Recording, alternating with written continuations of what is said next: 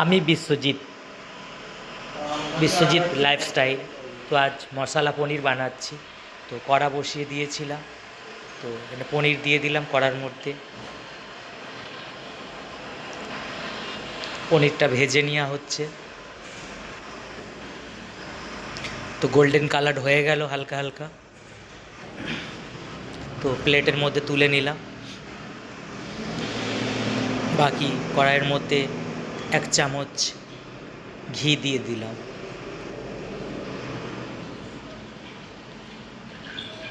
তো ঘিটা গরম হয়ে যাচ্ছে, তো গুলে যাচ্ছে। ঘি গরম হয়ে গেছে, দিয়ে দিলাম গোটা মশলা, তেজপাতা, জিরে, গরম মশলা ও শুকনো লঙ্কা দিয়ে দিলাম কড়াইয়ের মধ্যে।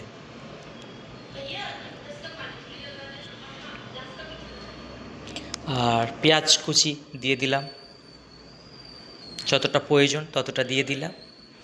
তো আমি 100 গ্রাম পনির নিয়েছি, তো ওর মধ্যে 2টো পেঁয়াজ দিলাম।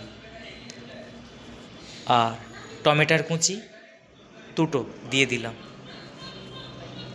ছোট ছোট করে টুকরো করে নিয়েছিলাম, পেস্ট করেও দেওয়া যায়, তো আমি গোটা গোটা দিলাম। আর দিয়ে দিলাম আদা রসুনের পেস্ট। তো আদা রসুনের পেস্টটা দিয়ে ফের হালকা নাড়াচাড়া করে দিলাম।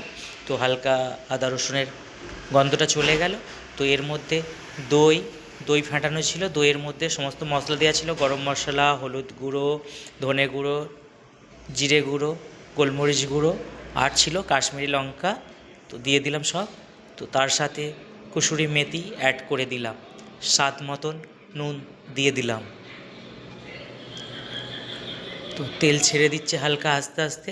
তো এটা আমি ঘি দিয়েই বানাচ্ছি, তেল দিয়েও বানানো যায়।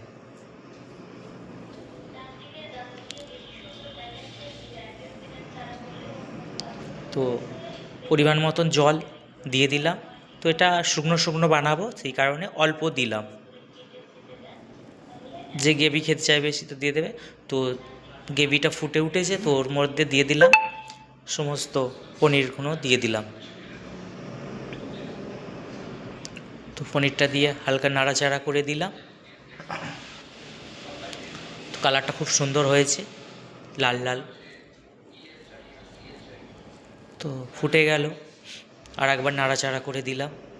তো কালারটা খুব সুন্দর আসছে আস্তে আস্তে। যত তেলটা ছাড়বে তত লাল লাল দেখতে লাগবে। তো ধনে পাতা কুচি দিয়ে দিলাম ওপর দিয়ে ছড়িয়ে, আর দিয়ে দিলাম 2টো কাঁচা লঙ্কা ওপর দিয়ে। তো পনির রেডি হয়ে গেল।